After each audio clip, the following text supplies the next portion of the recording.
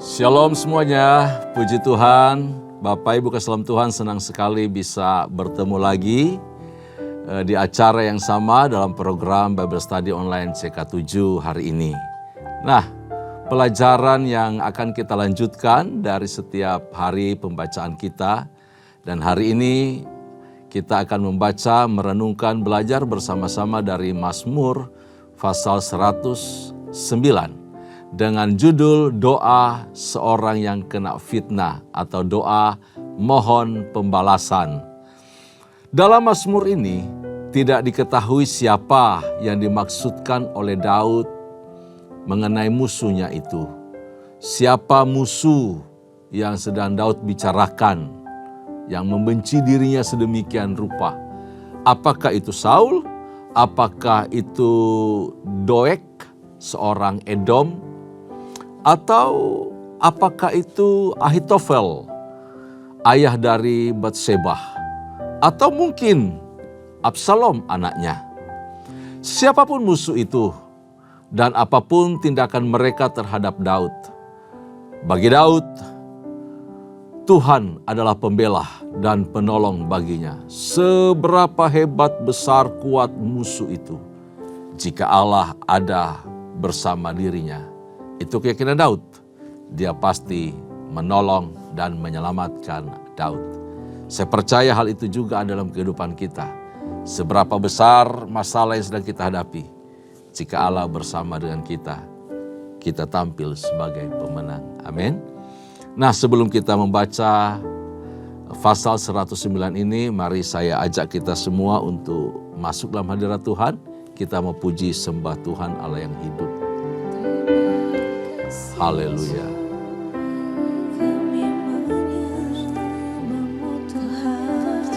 Terima kasih Tuhan Yesus. Terima kasih Bapa. Terima kasih. Terima kasih.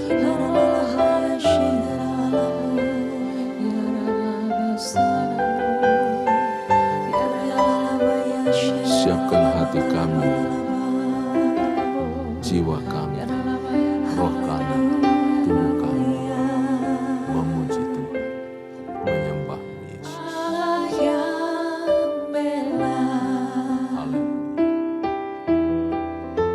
Siapa lawannya? Lebih dari pemenang dalam segala hal. Ku pasti dapat lakukan semua. Yesus yang beri kekuatan, oh terpujilah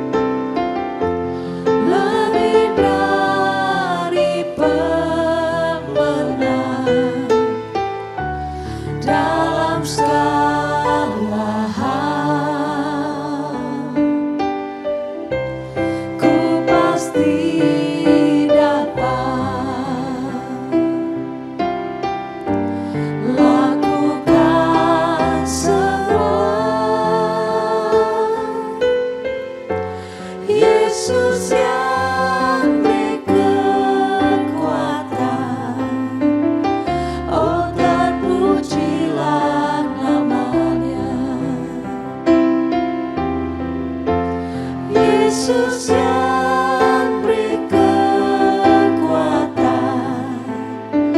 oh terpujilah namanya. Yesus yang beri kekuatan, oh terpujilah namanya.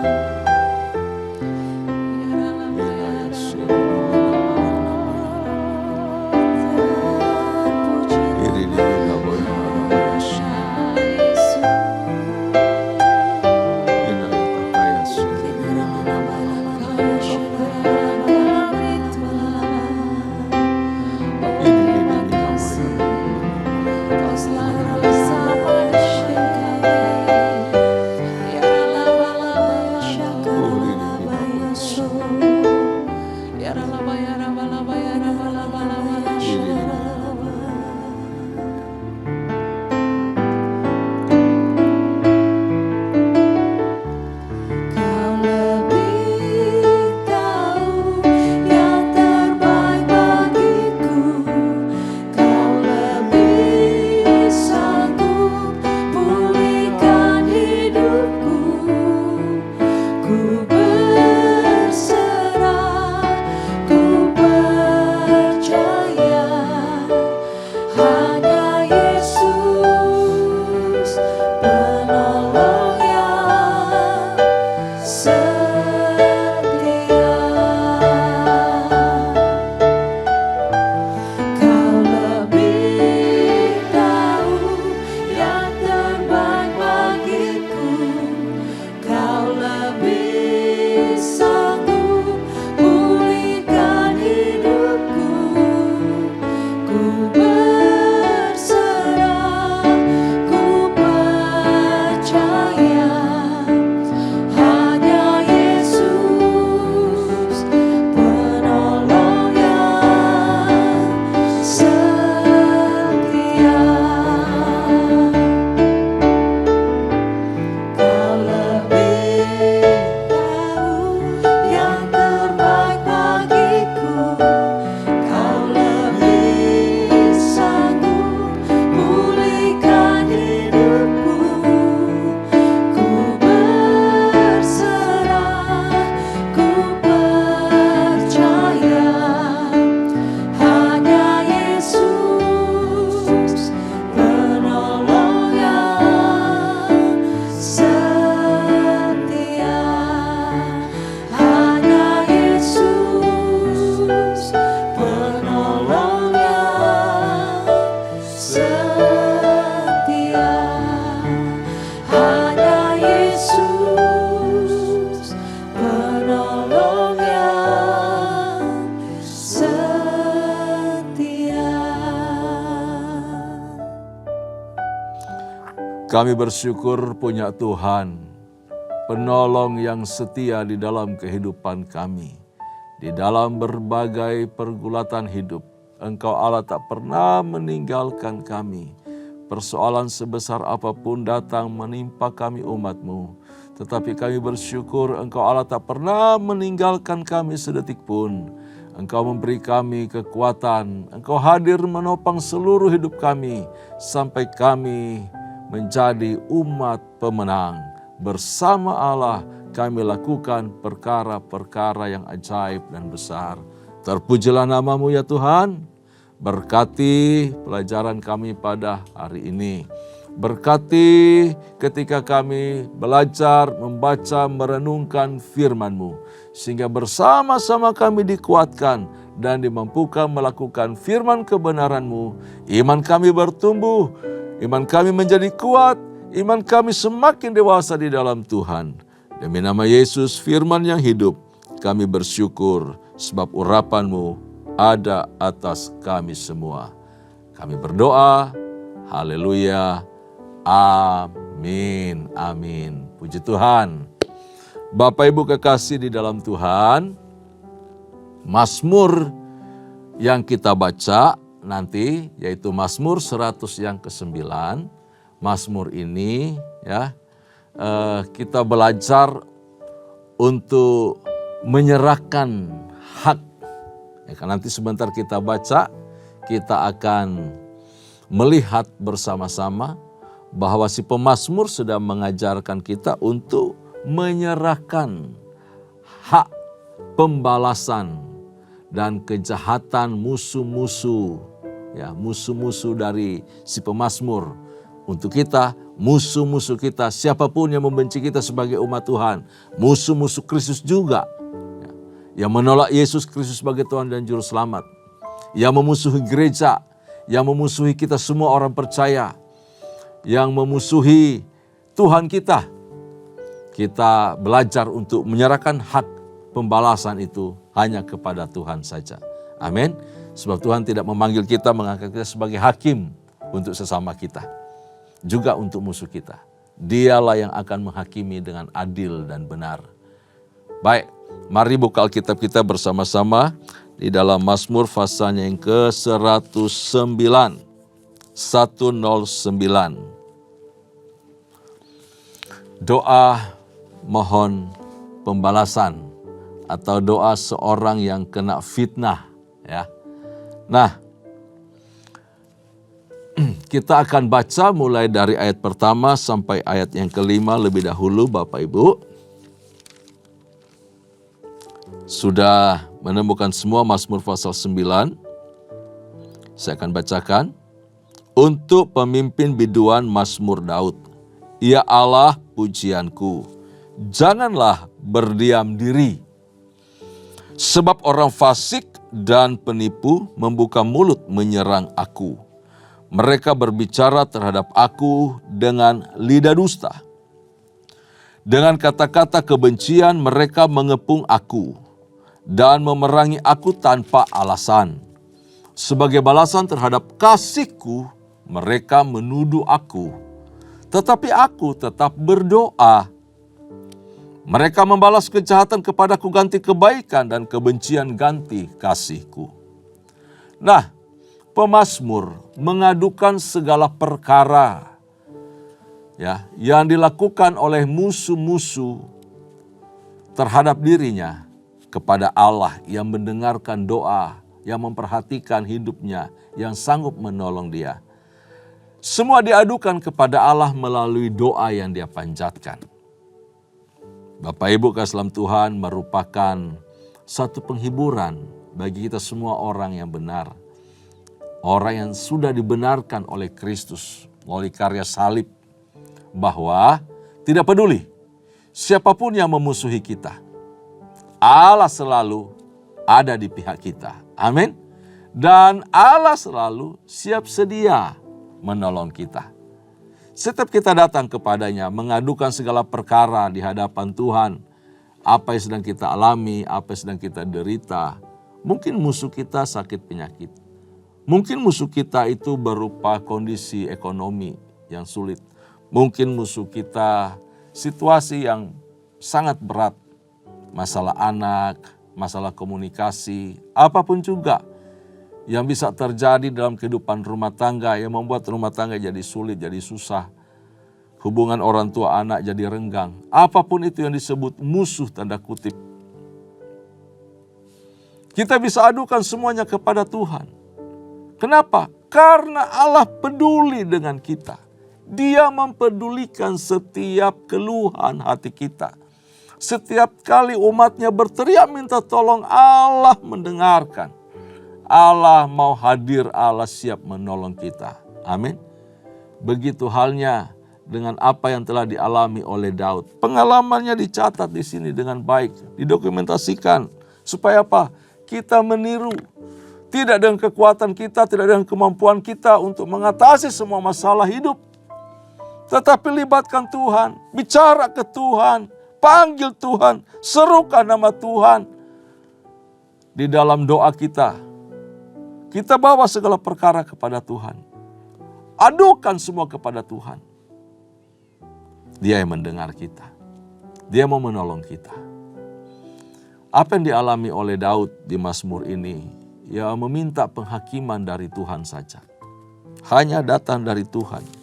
Di ayat 1 diberitahu, ya Allah pujianku, janganlah berdiam diri.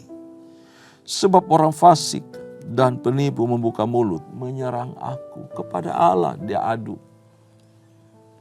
Kita jangan balas kebencian dan kebencian. Kita jangan balas caci maki dan caci maki. Datang kepada Tuhan. Tuhan, mereka menista aku. Tuhan, mereka gosipkan aku yang enggak. Tuhan, mereka fitnah aku. Tuhan, adukan semua. Keadaanku sulit. Tuhan, tolong aku. Ulurkan tangan kasih-Mu. Angkat hidupku. Beri aku kekuatan. Supaya aku sanggup menanggung, memikul, menghadapi dengan kasih setia Tuhan. Sekali lagi, adukan segala perkara kepadanya. Sebab Ia mempedulikan kita. Daud mengeluhkan perilaku dari semua musuhnya. Ya. Supaya apa? Supaya Allah layak untuk menghakimi musuh-musuhnya itu. Allah yang bertindak. Allah yang akan membalas. Firman Tuhan katakan bahwa pembalasan adalah haknya Allah. Dan bukan haknya kita, umatnya. Tuhan yang berhak membalas. Kita nggak sanggup, kita nggak mampu. Kalaupun kita sanggup, nanti jadi perkara lebih panjang lagi, lebih sulit, lebih susah. Dan kita nggak jadi berkat. Tapi kalau Allah yang turut campur tangan, kalau Allah yang bekerja, Allah yang membalas, tidak ada yang bisa melawan Tuhan. Ya, dan selalu keadilannya itu nyata. Musuh-musuh Daud itu begitu kuat, begitu pendendam, begitu jahat. Kata-kata mereka tajam, sadis, ya, mengerikan. Hujatannya, tipu muslihatnya, penuh dusta, penuh kebencian, penuh fitnah. Tidak tahu berterima kasih dijabarkan sini semua. Daud bertindak kasih, Daud menolong, diganti dengan kejahatan, diganti dengan pengkhianatan. Mereka membalas semua kebaikan, cinta kasih dengan kejahatan padanya. Betapa jahat musuhnya Daud, namun Daud tetap berdoa. Kita juga dalam pengalaman hidup setiap hari, orang-orang bisa bersikap manis di depan kita, tapi di belakang bisa menusuk kita. Dan betapa jahat kata-kata mereka, kebencian mereka, hujat mereka. Perilaku mereka, rancangan mereka yang jahat. Tetapi tetap kita bawa kepada Tuhan. Tuhan yang lebih tahu dan Tuhan sanggup menolong kita dan membalas setiap kejahatan yang mereka perbuat. Daud berdoa. Dia adukan semua kepada Tuhan. Betapapun jahat musuhnya. Bapak Islam Tuhan, apa yang dilakukan oleh Daud, pengalaman hidup Daud di sini, sama seperti yang Kristus juga alami.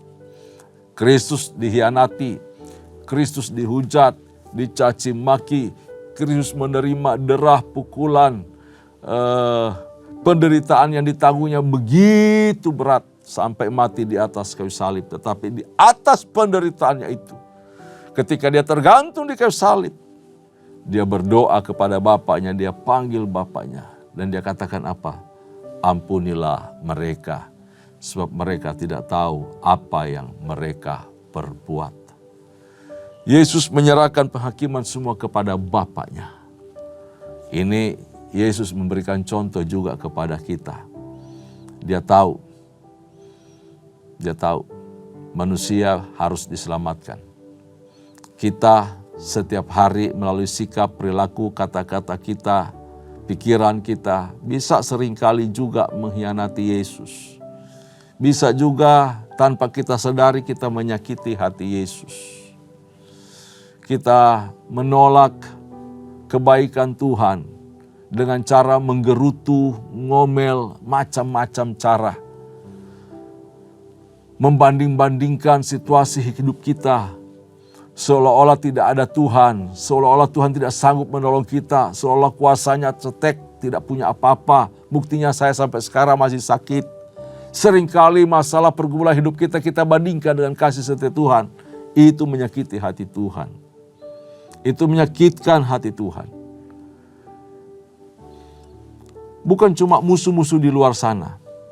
Kadangkala orang percaya, respon hidup, cara berpikir, tindakannya seringkali mengkhianati Tuhan. Seringkali menolak kebaikan Tuhan. Hati-hati Bapak Ibu salam Tuhan. Jadi betapa kita harus belajar tahu diri. Betapa kita juga harus belajar sekarang mengikuti teladan Yesus. Menjaga setiap hari hati kita tetap murni di hadapan Tuhan. Tetap hidup dalam ucap syukur dan mengasihi Tuhan melalui seluruh keberadaan kehidupan kita. Nah, sadari sungguh-sungguh bahwa kasih setia Tuhan itu nyata setiap hari, setiap waktu.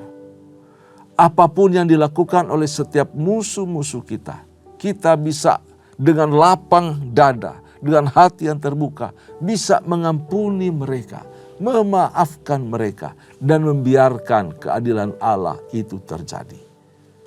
Tuhan tidak pernah mengizinkan segala sesuatu melampaui kekuatan dan kemampuan kita. Hanya kadangkala kita mendahului Tuhan. Kita bertindak seolah kita lebih tahu, lebih jago, lebih hebat, lebih bisa menyelesaikan masalah itu. Padahal Tuhan punya cara yang hebat, yang jauh lebih luar biasa, yang tidak bisa kita pikirkan, yang tidak bisa juga kita rencanakan dan tak pernah kita duga. Dikerjakannya untuk kita, untuk kebaikan kita, untuk kita terus bisa melihat betapa hebatnya Tuhan itu. Semua orang membutuhkan belas kasihan Tuhan. Karenanya itu ketika kejahatan kita alami, ketika perilaku tidak adil kita alami, ketika kesengsaraan hidup mungkin kita alami, kita sudah berkata kepada Tuhan, Tuhan aku sudah belajar setia, aku sudah rajin beribadah, aku rajin melakukan kebenaran firman, tetapi kenapa masalah ini terus datang, kenapa pergumulan ini kok datang makin berat? Tapi ingat, Tuhan mengizinkan segala sesuatu untuk kita alami, berarti Dia tahu kita sanggup menanggungnya. Kenapa? Karena kasih setia Tuhan tetap nyata di dalam kehidupan kita. Ia menyertai, Dia melindungi, dan Dia menolong kita. Sekali lagi, setiap kali kita mengalami keadaan sulit, setiap kita berada masalah yang berat, setiap kita berada di tengah-tengah ancaman, setiap kita mengalami sesuatu yang tidak adil, datang kepada Tuhan, adukan segala perkara di hadapannya. Ia akan dengan belas kasihan mendengar dan bertindak dengan keadilannya. Amin. Mari kita lanjutkan bacaan kita di ayat berikutnya, ayat yang ke-6 sampai ayat yang ke-20. Demikian firman Tuhan. Kata mereka, angkatlah seorang fasik atas dia, dan biarlah seorang pendakwa berdiri di sebelah kanannya. Apabila dihakimi, biarlah ia keluar sebagai orang bersalah, dan biarlah doanya menjadi dosa. Biarlah umurnya berkurang, biarlah jabatannya diambil orang lain, biarlah anak-anaknya menjadi yatim, dan istrinya menjadi janda. Biarlah anak-anaknya mengembara terlunta-lunta, dan meminta-minta, dan mengais-ngais dari puing-puing rumah mereka. Biarlah penagih hutang menyita segala miliknya, dan orang luar menjarah hasil jerih payahnya. Janganlah ada orang yang tetap menunjukkan kasihnya kepadanya. Janganlah ada orang yang sayang kepada anak-anaknya yang menjadi yatim.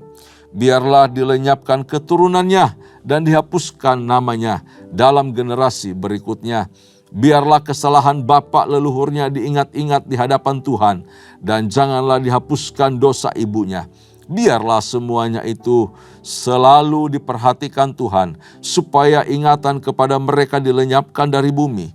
Oleh karena Ia tidak mempedulikan kasih dan hanya mengejar orang sengsara dan miskin dan orang yang hancur hati untuk dihabisi.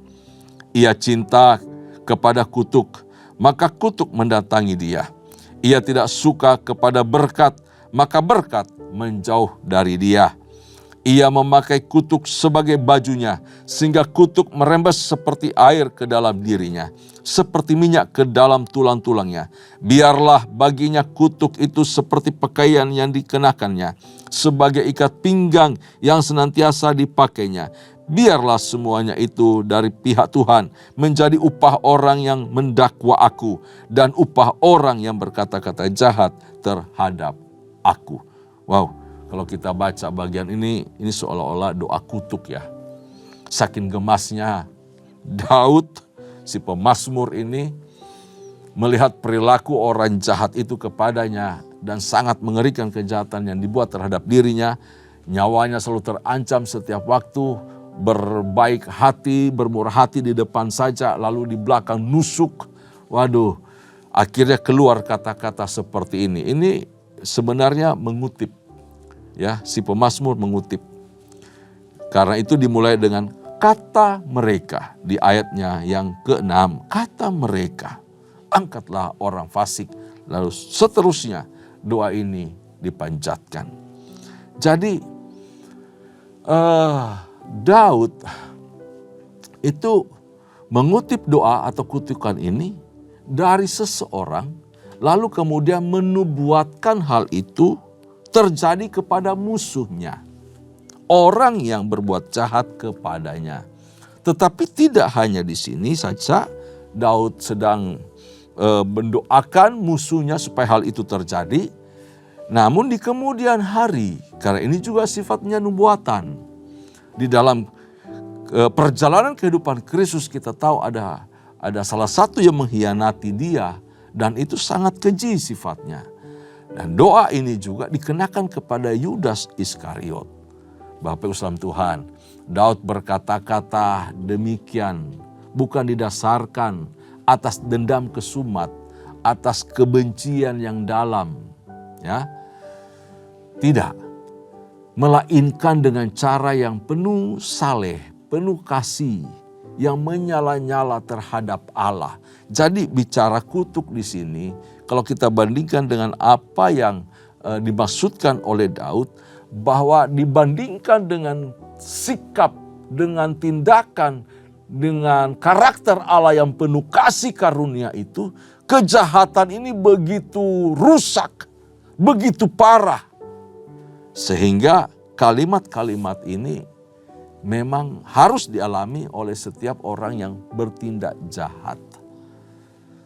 Berbanding terbalik dengan kasih setia atau kemurahan Allah yang dinyatakan kepada setiap orang yang dikasihi oleh Tuhan. Kita bisa melihat itu dengan tindakan kasih setia Allah melawan dosa. Bapak Islam Tuhan, permusuhan yang sangat dalam terhadap dosa yang diungkapkan oleh Daud di sini. Dia melihat kasih setia kemurahan Allah yang besar itu dalam upaya melawan dosa yang sangat kejam, yang sangat jahat. Karenanya itu orang sulit memikirkan apa yang dikerjakan Allah di atas kayu salib.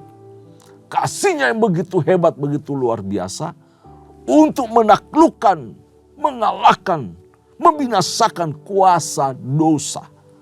Begitu kejamnya dosa, begitu jahatnya dosa itu. Sehingga penggambaran terhadap kekejaman dosa itu nampak sekali dalam doa ini yang diungkapkan oleh Daud. Jadi kita tidak salah memahami, kok Daud aja bisa doa ngutukin orang begini ya. Enggak, bukan itu maksudnya ya Bapak Islam Tuhan ya. Bukan demikian maksudnya. Dia menunjukkan ya mata hatinya, rohnya itu kepada kasih karunia Allah. Supaya apa? Dibiarkannya kasih Allah itu turun. Ya, menyapa setiap pribadi para pembenci. Ketika mereka tidak merespon kasih setia Allah itu, maka kebinasaanlah yang mereka alami. Khususnya kalau bicara dengan Yudas Iskariot dalam kehidupan Yesus dalam peristiwa kematian Kristus Yesus Tuhan. Pribadi pengkhianat ini, waduh, jauh lebih jahat. Yudas Iskariot lebih mengerikan kejahatannya dibanding dengan Pilatus yang memutuskan dan menjatuhkan hukuman harus terjadi kepada Yesus. Karena desakan umat meminta kematian Yesus, meminta penyaliban Yesus. Jadi Daud mengecam dan menubuatkan kebinasaan orang itu. Menyatakannya sebagai orang yang paling merana di dalam hidup. Bahkan telah ditentukan untuk binasa. Yesus juga katakan, bahwa Yudas Iskariot telah ditetapkan untuk dibinasakan, untuk binasa. Bukan tidak memberi kesempatan kepada dia untuk bertobat. Diberi kesempatan untuk bertobat. Diberi kesempatan untuk memikirkan kembali rancangannya. Tetapi Yudas tidak mau bertobat. Setelah dia melakukan tindakannya, dia juga tidak menyesal dan bertobat. Tidak. Tapi dia gantung diri dan jatuh. Mati, jatuh, dan perutnya terbelah, pecah. Nah, itu kondisi si pengkhianat. Kondisi orang yang kejam. Kondisi orang yang tidak setia. Sekalipun terdengar kejam, Bapak Islam Tuhan, sangat kejam. Tetapi dalam konteks perjanjian lama, dasar malapetaka yang dibuatkan di sini layak ditimpahkan Allah atas orang-orang ya sebagai upah ya atas kejahatannya, atas upah perilaku yang mengkhianat, yang membenci dan berperilaku yang sangat kejam. Oke, kita lanjutkan pembacaan kita lebih dahulu di ayat berikutnya. Ayat 21 sampai yang ke-31 saya akan bacakan juga bagian ini kepada kita semua. Tetapi engkau ya Allah, Tuhanku, bertindaklah untukku oleh karena namamu. Lepaskanlah aku karena besarlah kasih setiamu. Sekali lagi kasih setia Tuhan. Loving kindness of God di sini diulangi lagi. Sebab miskin dan sengsara aku, dan sangat dalam terluka hatiku. Aku menghilang seperti bayang-bayang memanjang. Aku dikebaskan seperti belalang. Lututku gemetar karena puasa, dan badanku menjadi kurus kehabisan lemak. Aku telah menjadi celah bagi mereka. Ketika mereka melihat aku, mereka menggeleng-gelengkan kepalanya. Tolonglah aku ya Tuhan Allahku, selamatkanlah aku sesuai dengan kasih setiamu, supaya mereka tahu bahwa perbuatan tanganmu lah itu, bahwa engkaulah ya Tuhan yang telah melakukannya. Biarlah mereka mengutuki, asalkan engkau memberkati. Apabila mereka bangkit, mereka akan dipermalukan, tetapi hamba-Mu akan bersuka cita. Biarlah orang yang mendakwa aku berpakaian noda, dan biarlah mereka berjubah malu. Aku sangat bersyukur kepada Tuhan dengan mulutku. Aku hendak memuji-muji Dia di tengah-tengah orang banyak. Sebab Ia berdiri di sebelah kanan orang miskin untuk menyelamatkannya dari orang yang menghukumnya. Orang miskin di sini bicara sikap hati yang rendah hati di hadapan Tuhan. Sikap yang haus akan Tuhan, merindukan Tuhan, merindukan pertolongan Tuhan, mengadukan segala perkara hanya kepada Tuhan saja.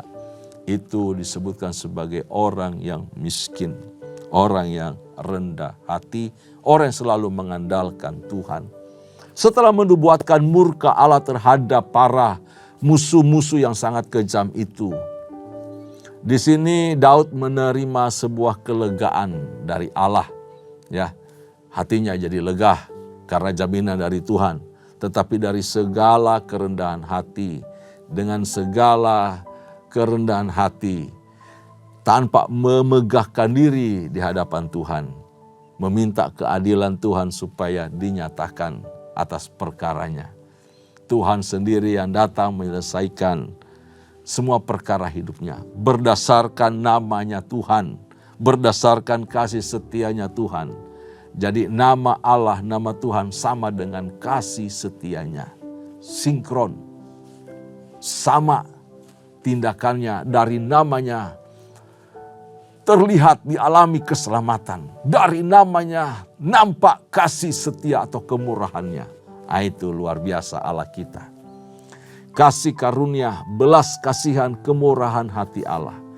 Yaitu kasih yang sangat teguh, yang didasarkan atas perjanjian. Nah, ini dia. Jadi kasih setia Allah dan Allah bertindak atas kasih setia itu berdasarkan perjanjian yang telah dibuat melalui sumpah terhadap dirinya sendiri. Kenapa Allah bersumpah kepada dirinya sendiri?